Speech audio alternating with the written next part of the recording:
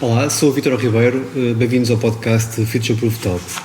Neste episódio vamos falar sobre a carta anual aos investidores, com um especial destaque para a carta e reunião de investidores da Berkshire Hathaway, de Warren Buffett e também do seu colega de longa data Charlie Munger, mas também de Terry Smith, CEO do Fundsmith Equity Fund.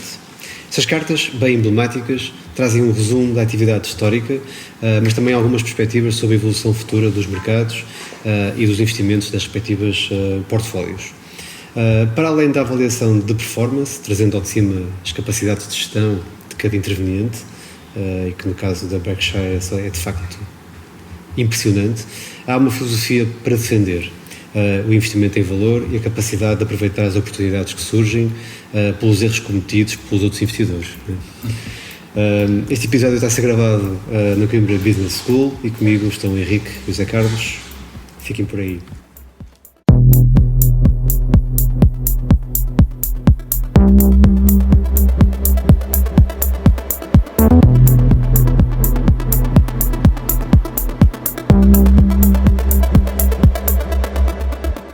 Bem-vindos ao Future Proof Talks, um podcast sobre poupança e investimento com análise de expectativas para os mercados, tomada de decisão e filosofia de vida. Vítor Ribeiro, Henrique Amaral Dias e José Carlos Tomás conversam sobre o que estão a ver, a escrever e a ler com um foco no futuro. As opiniões expressas refletem apenas a opinião dos participantes e não vinculam Future Proof Wealth Advisors. Todos os exemplos, informação, nomes de pessoas ou instituições descritos e falados no podcast são apenas para fins ilustrativos e não são uma recomendação. O Future Proof Talks não é nem pretende ser um substituto do aconselhamento personalizado. Começamos então pelo enquadramento deste tipo de comunicação, não é? É uma espécie de comunicação isto também. Sem dúvida. E que tem a sua importância, aliás, muito se fala da Romaria, não é? Que é a reunião de acionistas da Berkshire e mesmo também do Fundsmith, que até conheço algumas pessoas aqui em Portugal que foram, quer uma, quer a outra, portanto já tem alguma preponderância, mas claro que a Berkshire tem a sua marca indelével, né, do oráculo de Roma. Queres fazer aqui um enquadramento, Henrique, sobre esta comunicação e estas cartas que acho que são fundamentais para os investidores? Basicamente a carta começa com uma comparação de performance, colossal, ou seja, um statement, né, entre as ações da Berkshire Hathaway e o S&P 500. O S&P 500, que é, enfim, para quem não saiba, é o índice bolsista das 500 principais empresas dos Estados Unidos, cotadas na bolsa. Ora, de facto, olhando para os números, entre 1965 e 2022, a Berkshire tem aqui um ganho anual, enfim, composto de 3.797.464%, ou seja, se tivesse investido um dólar, teria 3 milhões, qualquer coisa, e o S&P apenas 24.708. Apenas, é isso? Apenas, não é? Claro que eu, enfim, fiz algumas experiências com base nos dados da Shareholders Letter, da Carta aos Acionistas, e, por exemplo, fui comparar a performance da Berkshire com o S&P 500 entre 2008 e 2022. Ou seja, entre o início da grande recessão, da crise, não é? Exatamente, crise financeira, da grande recessão financeira e o momento atual, digamos, ou o mais atual disponível. A Berkshire tem aqui uma taxa média anual de 8,3% de crescimento da cotação da sua ação, mas o S&P um bocadinho acima, 8,81%. Isto são 15 anos, okay? Taxa média de crescimento, não é uma média aritmética, é média. Sim, exato. Okay. Depois fui comparar os 15 anos anteriores, porque aqui há sempre o risco de selecionar períodos. Exatamente. Aqui claramente a Berkshire compara menos bem com o S&P 500. Os 15 anos anteriores, entre 1993 e, por exemplo, em 2007, a Berkshire tem uma performance muito melhor do que o S&P, 18,04% contra 10,5%. Sim. Depois, no fundo, entre 1993 e 2022, 1993 já era a idade que eu comecei a ganhar alguma coisita, né? Já agora podia começar a poupar. Exato, e investir, atual, exatamente. Que são 31 anos, como é visível, enfim, 51, não vou mentir aos nossos ouvidos. A performance da Berkshire é claramente superior ao S&P, 13,07% com 9,65%. O que é que acho que o Warren Buffett, na sua carta anual, é bastante humilde, Sim. que diz que tomou muitas decisões erradas, Sim. ele e o seu sócio, seu parceiro Parceiro de negócio, já ao longo da vida, mas que bastaram algumas decisões corretas, 12, julgo eu, se não me falhar a memória, Exato. para que a sua performance acumulada tenha sido desta ordem de grandeza. Eu acho que, basicamente, eu vou analisar o modelo de negócio da Berkshire, não é? E depois os grandes princípios que estão subjacentes à filosofia de investimento. Sim. Eles basicamente têm 3 linhas. Têm uma que são os negócios que eles dominam totalmente, 100% de controle, não é? na área dos seguros, da energia, e que não estão cotados, e ele próprio diz na carta que se estivessem cotados, estariam essas duas empresas que ele refere no S&P 500. Claro. E aí, digamos que há um controle absoluto. Ele até diz no meio a gestão, não é? Controla 100%, ou quase 100%, Sim, portanto, totalmente consolidadas. Depois tem uma segunda linha, eu acho que não é por ordem crescente, importância, é meramente enumerativo, que é a detenção de investimentos estratégicos, não dominantes, e para dar uma ideia, estamos a falar à volta de 325 mil milhões de dólares, sendo que 85% desses 325 mil milhões de dólares, à data de março, 31 de março de 2023, estavam concentrados em 7 empresas. Agora sim, por ordem decrescente. A Apple, Bank of America, American Express, a Coca-Cola, que ele gosta muito e fala aqui Sim, bastante. Fala disso. Sim. A Chevron é petróleo, a Occidental Petroleum e a Kraft. Portanto, temos aqui empresas do setor alimentar, tecnologia e finanças, basicamente. E petróleo. Sim, energia. Estas que eu acabei de referir representam 85% destes 325 bilhões. A tal concentração que o José Carlos tem referido algumas vezes. O que é bastante notável. Depois, obviamente, tem uma lista muito maior no seu portfólio. Isso são investimentos mais passivos, não é? Que são passivos, mas ainda assim, reparem, aqui não há uma diversificação como nós vamos falar em termos, claramente, em termos clássicos. Não é?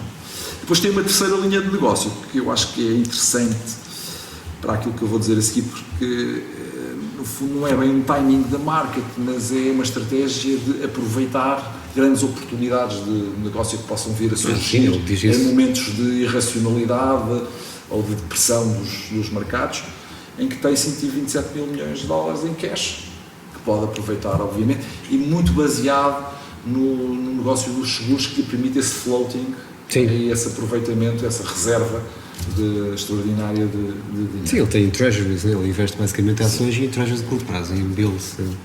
Portanto, é essa liquidez que ele pode expor para aproveitar os erros dos outros. Todo momento, para aproveitar os erros dos outros. Portanto, são estas aqui, o tripé, digamos, da Berkshire.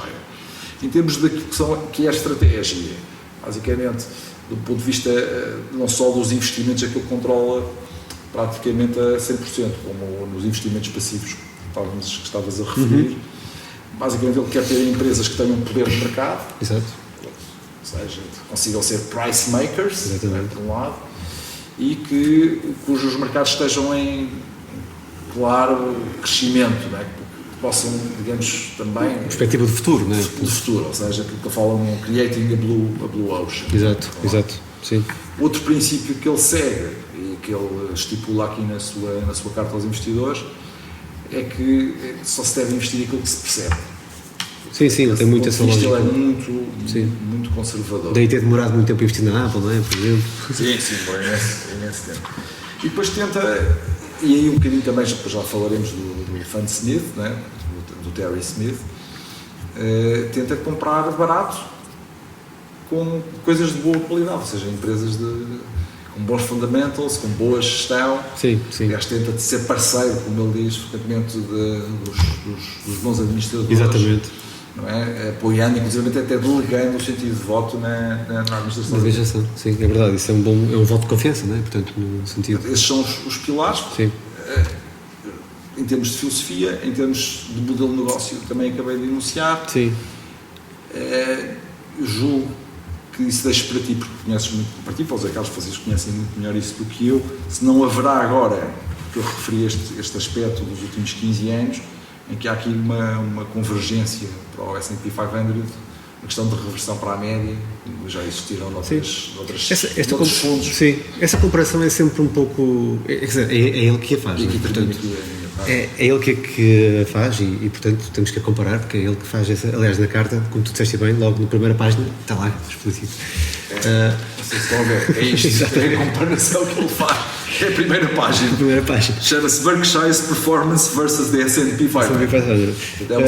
Mas reparem, o S&P 500 tem, de facto, é composto por cerca de 500 empresas, mais coisa, menos coisa, e a Berkshire tem uma parte considerável em dinheiro. Portanto, que gera supostamente menos rentabilidade que as ações, ou pelo menos menos variação, menos volatilidade.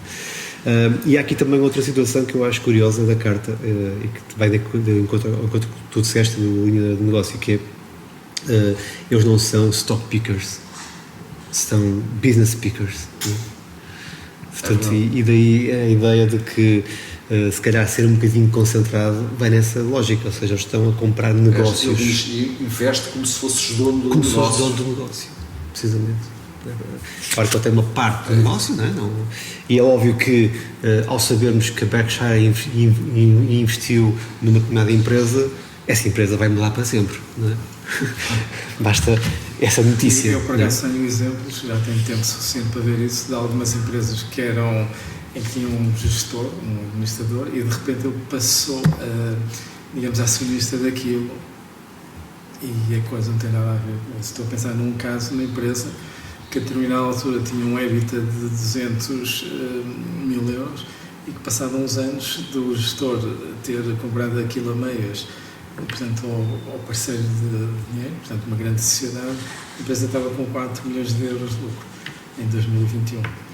Aí está, o buy-in buyout. Por isso mostra a importância da gestão ter, digamos, skin in the game.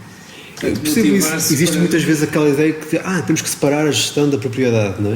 Ok, tudo bem, mas tem que haver esse skin in the game. Ele diz outra coisa muito interessante, agora estava a falar com uma vez, que ele diz que gosta de administradores que tomem decisões inteligentes, mas que possam estar erradas, ao invés de ter administradores que sigam o que os outros fazem apenas porque não querem estar errados, e se estiverem errados são todos errados. São todos errados, precisamente. Achei muito interessante isso. Mas os gestores defendem-se muito por essa via.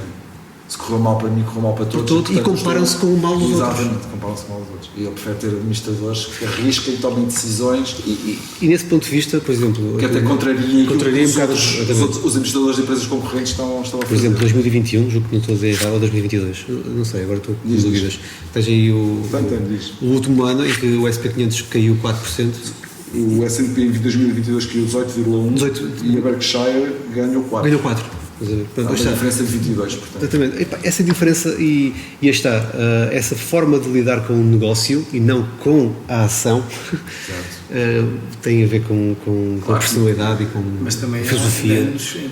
É o contrário. É o contrário. Precisamente. E isso leva-nos a uma coisa muito importante. Esse tipo de gestão não pode ser feita por um gestor profissional que tem de apresentar resultados todos os meses. Claro, mas ele também diz. Isso mesmo. Portanto, o facto de ter que fazer contas 3 em 3 meses, não é? Exato. Eu quando falar, vou fazer aqui uma digressão por um assunto que me parece paralelo, mas que explica, digamos, em que medida é que o Terry Smith e o Warren Buffett, portanto, na realidade têm o mesmo estilo de investimento. Sem dúvida. Sim. Essencialmente a questão é assim, eu li muitos livros sobre o Buffett, li cartas, vi muitos artigos e sinceramente não consegui encontrar o fundo condutor no meio daquilo tudo. Até que recentemente li um livro e vi um podcast de um indivíduo que escreveu um livro sobre as ações que sobem 100 vezes. Portanto, nos Estados Unidos há a palavra bagger. Portanto, meter no saco, o 10 bagger é a ação que subiu 10 vezes e no vídeo eu ouvi falar dos 100 baggers, portanto, 100 baggers, que é um tal Chris Meyer, E, essencialmente, portanto, ele analisa as empresas que subiram 100 vezes, portanto, porque houve um estudo de 1961 feito por um indivíduo que ele depois atualizou para recentemente. Uma empresa, para ter essas características, tem de subir a 20% ao ano durante 25 anos.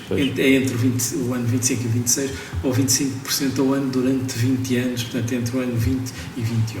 E para se conseguir isso, não basta que a empresa tenha uma rentabilidade dos capitais, portanto, do equity de 20%. Se a empresa não cresce, ao todos os anos dá 20%, mas fica naquele valor, e o valor da empresa, não é?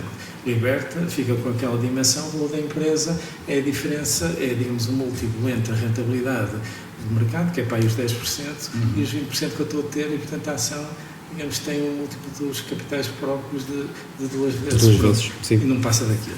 Estas ações são ações que têm a capacidade de, digamos, de compor não, digamos, de investir, portanto, tal capitalização, não é? Tal capitalização em juro composto. Exatamente. Por outras palavras, eu tenho que ter uma empresa que consiga não só rentabilizar o capital esta taxa, mas que mantenha essa taxa à medida que vai crescendo. Vai crescendo, claro. Sem ter, digamos, uma diminuição da rentabilidade do capital. E isso é possível fazer de 2 maneiras. A dimensão pode ser um problema, não é? Exatamente. E a dimensão, e começamos logo uma empresa que seja um 100 bagger, não é? Se começar por 500 milhões de dólares, que é, digamos, uma dimensão mínima, para ter uma empresa minimamente estruturada, investível na Bolsa, em termos na Bolsa americana, ela vai acabar em 50 bilhões. Se ela começar em 5, já vai acabar em 500. Quantas empresas de 500 bilhões é que há?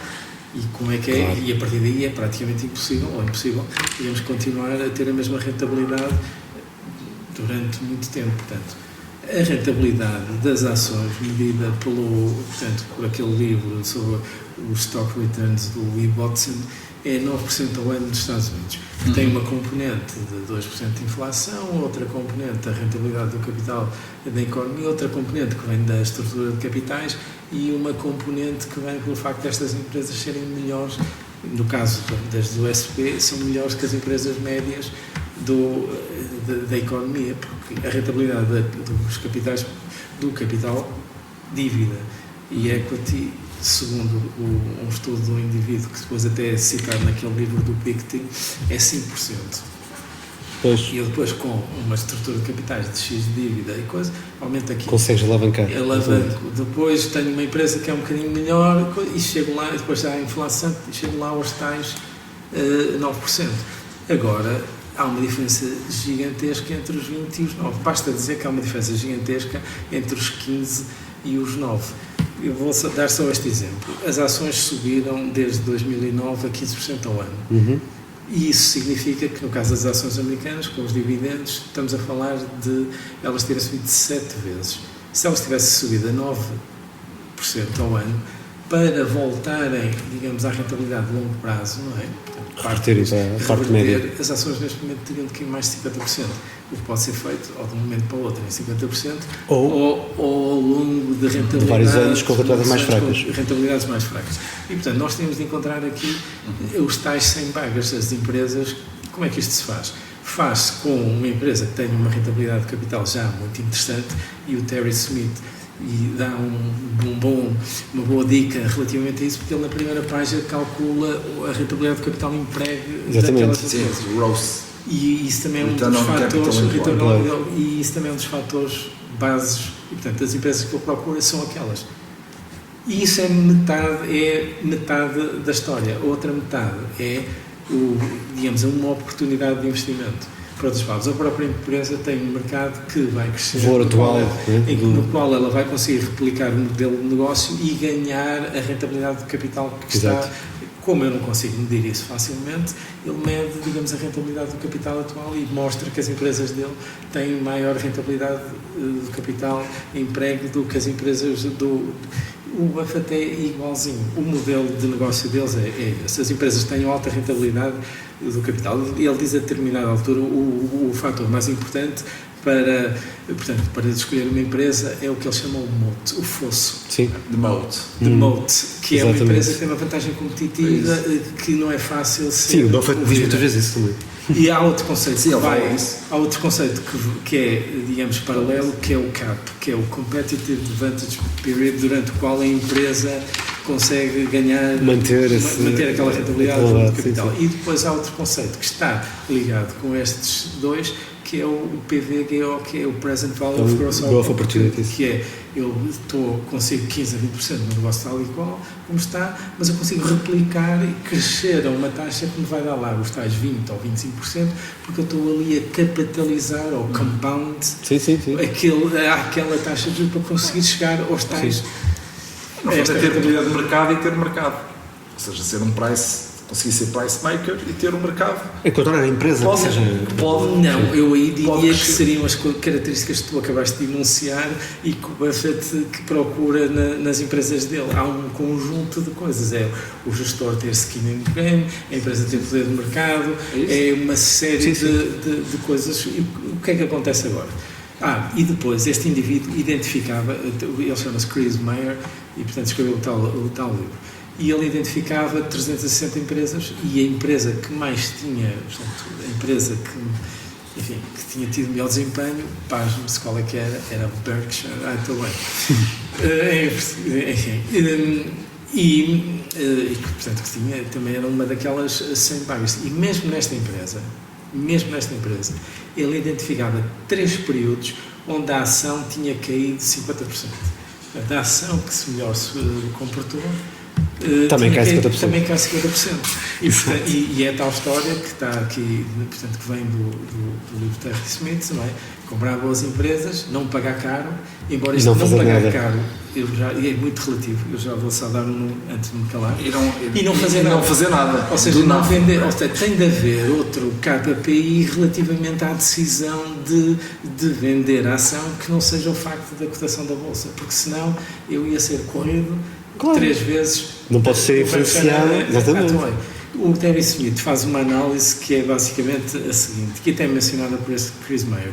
Ele olha para as empresas que se portaram excepcionalmente bem e, por exemplo, dá este exemplo, dá uma série de exemplos, mas este da L'Oréal.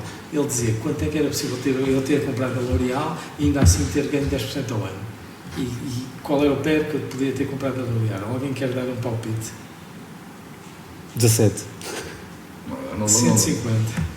Por outras palavras, é muito difícil uma empresa destas... Ele tinha que ter comprado... Ele podia ter, a determinada altura, comprado a empresa por diversas vezes, para elas, em vez de lhe ter dado a rentabilidade que deu, ou ter dado no mercado a rentabilidade que deu, bastava que ela tivesse comprado a 150 e ainda assim ela comportou-se de tal forma, correu tudo tão bem, particularmente bem, que ele ainda assim ganharia até hoje os 10%. Ganhou muito mais porque comprou mais baixo. Como é evidente, é difícil alguém comprar o que quer que seja com PER 150%, 150 vezes. 150 vezes. E, portanto, essas empresas têm... Não sei, a Tesla no por lá, muita gente isso é um tipo de isso é um tipo de empresas diferentes e que este género, e portanto o Terry Smith e o Buffett não conseguem comprar, que são as empresas que não têm portanto um retorno positivo dos capitais próprios em determinado... E de forma consistente. Não, no início ele diz que não percebe esse tipo de negócios. Porquê é que ele não percebe esse tipo de negócios? Porque esse tipo de negócio ainda não chegou a uma escala mínima eficiente, onde depois começa a ter rentabilidades crescentes. Mas é que ele comprou a Apple tão tarde, não é? Porque a Apple não é uma empresa de tecnologia. Essa é que é a grande questão. Então, tudo bem. Do ponto de vista dele, de retalho, não é? É uma empresa de marketing, de comércio e que essencialmente tem ali uma máquina de fazer dinheiro e depois recompra ações próprias e daí é que vem, digamos... Isso era outro ponto que eu queria dizer, que é a questão dos dividendos. Que é essencial em ambos. Não é? Aliás, o Buffett na carta... O Buffett não distribui, não é? A Berkshire não distribui dividendos. Não, mas Porque a ele regulação fala não sei se estão parentes, mas é Sim. para dizer que a Berkshire Sim, não sim. distribui. Mas ele fala das empresas. Concentrado na cotação. Exatamente, nas empresas que estão onde eles investem e que distribuem rendimentos. Ele já fala da Coca-Cola, Fala da na Amex, Coca-Cola, fala na Amex. portanto, e de Sinceramente, importância. prefiro que a empresa não distribua, não precise dos dividendos, quer é ver, digamos, o capital ser Bem para É, claro, mas é o que ele de diz forma também. rentável. Não, até porque se tu Até quiseres porque dinheiro, se vendes a Aliás, apropriação. ele diz, se... E pior do que isso, não é? Eu não consigo evitar, sem vender a ação, que todos os anos me sejam distribuídos dividendos sobre os quais eu estou a pagar IRS. IRS, sim, claro, impostos, sim. E eu prefiro que aquele dinheiro esteja lá capitalizado durante aquele período todo, não paguem impostos e depois... Enfim. Desde que esteja a ser aplicado em investimentos Claro, que tenham uma taxa. sim, claro. Porque senão mais vale distribuir, ele próprio diz isso. Sim, sim. Se não encontrarem negócios que sejam interessantes, não.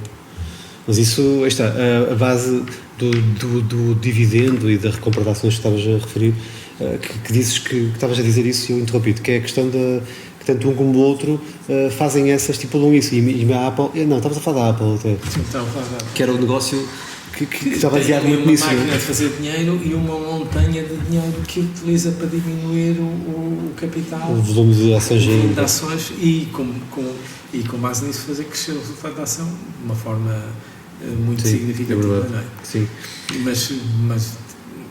E essas empresas têm a grande vantagem de não é fácil estimar Atenção, qual é a dimensão. Deixa-me só dizer-te, agora por curiosidade, ele, a 31 de março de 2023, a Apple representava 46,44% do portfólio total da... Mas isso leva-me a outra situação, Era que é isso, basicamente a seguinte. Por exemplo, o Terry Smith tem um portfólio muito mais diversificado. Tem limites a constatação. Sim. O máximo Este- que tem já este agora tipo- é a Microsoft com 11,4%. 11,4%. Este tipo, o Chris Meyer dizia que ele não investia à partida mais que 10%, porque ele também já era enfim, se calhar um Buffett em potência, tenta identificar este tipo de empresas, ele não investe mais que 10%.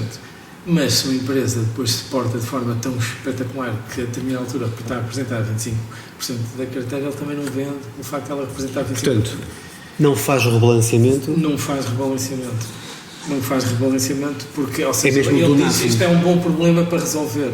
Ou seja, é um problema que não precisa de ser resolvido. Isto leva-nos a outra questão, que são os números que eu acho que já mencionei, que é basicamente o seguinte. Nós temos esta percepção que investir em empresas é uma coisa arriscada. E é. 55%. Portanto, a base de dados da rentabilidade das ações, a CRSP... Sim, força. Não, só queria dizer uma coisa, que é verdade, aparentemente talvez isto tenha a ver com a valorização da Apple, neste momento já vale 3 trilhões, não é? Pronto. Mas, por exemplo, o Fund Smith foi iniciado já no final de 2010, em novembro de 2010, e quando se compara a performance, eu também fiz isso, entre a Fund Smith e a Berkshire, desde o período da sua fundação, de 2011, o Fund Smith tem uma rentabilidade bastante superior à da Berkshire Hathaway. Sim. Portanto, ou seja, o oráculo de Omaha também não é assim tão imbatível. Temos aqui um período ainda assim. Digamos, é uma coisa muito mais pequena. Mas mais pequena. A dimensão aí faz. Pode fazer diferença, Faz diferença. já são alguns. E a questão, por exemplo, também da repartição do capital. Alguns bilhões. Não é? Sim, acho que aí tem muito a ver com isso, com a dimensão e com o histórico. Mas estou a dizer é que está diversificado. Mas nós estamos a falar da questão da concentração. E eu vou dar aqui uns números para contextualizar a coisa. 55% das ações que estão na Common, portanto, na CRSP ou CSRP, agora estou na dúvida, que é uma base de dados de 1926 até hoje, 55% das ações nem sequer ou faliram ou nem sequer conseguiram bater o cash. Certo. 4% das ações representam 100% da valorização do SP e 3 por mil das ações representam 50% da valorização. Desculpa, não percebi 3? 3 por mil. E, portanto, nós estamos a falar, se a memória não me trai soa, estamos a falar de estamos a falar de um número reduzidíssimo, umas dezenas de ações que representam metade da valorização, até porque compraram outras e investiram o capital de outra maneira. Ou seja, há claramente uma necessidade de fazer uma concentração para beneficiar da rentabilidade do SP. Uma coisa que as pessoas não se percebem é que a indexação é uma estratégia de momento altamente otimizada. Claro. Que, no fim de contas, portanto, o índice, de certa maneira, é rebalanceado para todos os dias estarem investido nas ações que estão a subir. Claro. E é uma coisa que as pessoas não se percebem. Julgam que bater o índice é uma coisa facílima, porque todas as ações se portam de maneira... Não pode ser, maneira, não pode ser fácil. Mas não, uma quantidade, porque a rentabilidade das ações não segue uma curva normal, está muito concentrada num conjunto de ações que se portam espetacularmente bem e a maioria não faz rigorosamente nada. Ou seja, isso dessa forma, compagina-se o facto das pessoas terem a percepção corretíssima que ter um negócio é uma coisa arriscada, há pessoas que ficam riquíssimas a investir em ações, mas num número extremamente reduzido de ações. Vou só dar aqui uns dados. Segundo a Goldman Sachs, 10 ações todos os anos representam 32% da rentabilidade do índice. Este ano é um ano característico porque 8 ações estão a representar, ou 7, estão a representar 82% da subida do SP, e isso é mau, porque, enfim, quando a maré sobe e os barcos não sobem todos, é porque muitos deles estão furados. Exato. Se calhar são as âncoras que são muito pesadas para alguns. Âncoras dos custos fixos, não é? Que eles, aliás, ambos, tanto o Terry Smith como sobretudo o Buffett, enfim, alertam para que as empresas, gostam de empresas que não tenham assim custos fixos muito pesados e pouco reprodutivos, sobretudo, não é? Que era a questão que tu falavas, também da capacidade de gerar rentabilidade. Mas já houve uma coisa interessante, Vítor, que eu li na carta aos investidores, aos acionistas do Buffett, que ele diz que, ao contrário daquilo que muita gente pensa, que é, enfim, poupar durante a vida ativa para depois gastar estando reformado ou aposentado, eles dizem que são once a saver, always a saver. Como é que tu interpretas isso? Eu concordo, apesar de pessoalmente até defender junto de alguns investidores que temos que estipular planos precisamente para vivermos na reforma, não é? Certo. Mas o facto é que cada vez concordo mais com isso, ou seja, eu acho que quando nós uma vez se somos, digamos, se procuramos poupar e investir, eu acho que isso vai acontecer sempre e iremos trabalhar. Aliás, basta ver as idades deles para termos esse ponto de comparação, não é? O Charlie Munger tem 99 anos 99 anos e meio e o Buffett 92. Portanto, é um jovem. Once a saver, always a saver, não é? E acho que mas está também uma coisa interessante é que eles lá têm uma outra política, que é a questão de deixar dinheiro em termos de doações e de instituições de caridade, que nós aqui também não temos assim muito esse hábito. E depois também tem muito a ver com a própria gestão, não é? Eles são gestores ativos, apesar de terem aquele aspecto mais de passivos, que têm um investimento e que mantêm sempre, não é? Eles são gestores ativos porque eles têm posições muito concentradas, como nós já conversamos aqui, e não fazem rebalanceamento. E o rebalanceamento não é mais do que uma disciplina, que uma gestão do risco. E, portanto, quem não faz rebalanceamento, e aliás o Terry Smith também não é muito adepto disso, do nothing. Portanto, a questão é deixar os ativos rolarem, não é? Deixarem os investimentos valorizarem, e a gestão é mais a gestão do retorno propriamente a gestão do risco. Eles não estão a gerir risco, eles estão a gerir retorno. Então, nesse sentido que tu estás a dizer, eu acho que eles falam nisso, né? Enfim, não é a minha área. Eles falam muito da questão do retorno e da avaliação do retorno, da avaliação verdadeira do retorno, e portanto daí a importância da análise da contabilidade das empresas. Sem dúvida, sem dúvida. E tu também és contabilista, não é? Além de... Sim, mas aquilo que eu acho que é interessante aí é que, e já há bocado falamos nisso, que tem a ver com a necessidade de apresentar resultados, não é? E o Buffett descreve isso na própria carta, que refere que os resultados operacionais calculados por eles são diferentes e até mais estáveis do que os resultados operacionais calculados com base nos US GAAP, que é uma coisa interessantíssima. A volatilidade dos resultados são incríveis, e tem a ver com as políticas contabilísticas e da necessidade de haver, se calhar, aqui alguma harmonização e a própria forma como eles calculam. E o Terry Smith até faz isso, até no livro que ele tem, que é o Accounting for Growth, ele discrimina lá algumas técnicas que são usadas e que se calhar até devem ser quase como umas red flags, né? Um alerta para os investidores. E eu até aponto aqui algumas, a questão, por exemplo, das transações fora de balanço, na parte de financiamento, e que é, de facto, nós quando estamos a avaliar uma empresa não podemos olhar só para aquilo que é as demonstrações financeiras. Há muita coisa fora do balanço que deve ser analisada, a capitalização dos custos, e também fala aqui da questão da contabilidade da marca, não é? Que ainda é muito usado e há muito espaço para manipulação, e aliás falavas sobre isso, não é? Também, a questão da manipulação da contabilidade, o efeito que isso tem.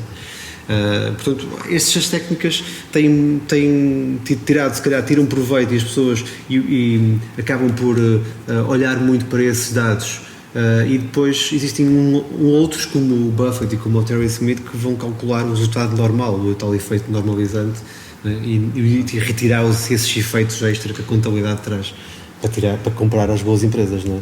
Exatamente. O fundamental é que a contabilidade não ofusque de maneira nenhuma a rentabilidade efetiva do negócio. Claro, sim, é isso.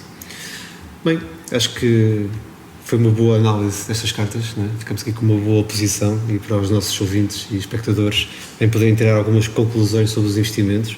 Claro que já sabemos que gerir risco é diferente de gerir retorno, temos que ter essa noção. Mas o investimento de longo prazo e bem feito e sistematizado, sem dúvida que vale a pena.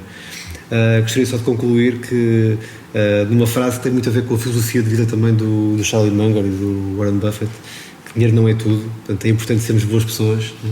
Trabalhar duro, trabalhar sempre, não é? Mesmo na reforma, estarmos focados em aprender e crescer todos os dias, mantendo-nos fiéis aos nossos princípios, aos nossos valores, princípios éticos, poupar mais do que gastar, ou seja, viver de acordo com as nossas possibilidades, e aproveitar o tempo junto da família e amigos e em experiências divertidas, fazendo aquilo que mais gostamos, ajudando os outros e evitar pessoas tóxicas. Isso é importantíssimo. É importante também reconhecer os erros, reconhecer quando estamos a falhar. Aliás, é um dos pontos fulcrais das cartas de ambos, que falam disso. E, portanto, estamos a falhar e é tempo de mudarmos de direção. O investimento é muito isto, é o foco na poupança, no otimismo, na paciência e menos espaço para erros. Inveja, como refere o Charlie Munger. O Charlie Munger diz muitas vezes que não é a ganância que é preocupante, é a inveja. Uma frase muito engraçada. E os custos que são desnecessários. Portanto, há custos que nós não temos que correr. Bem, assim terminamos mais um episódio do Future Proof Talks, que teve a edição de Hélio Ribeiro, o apoio e a colaboração da Coimbra Business School, que nos acolheu neste excelente ambiente académico. Até à próxima. Obrigado. Obrigado, Carlos.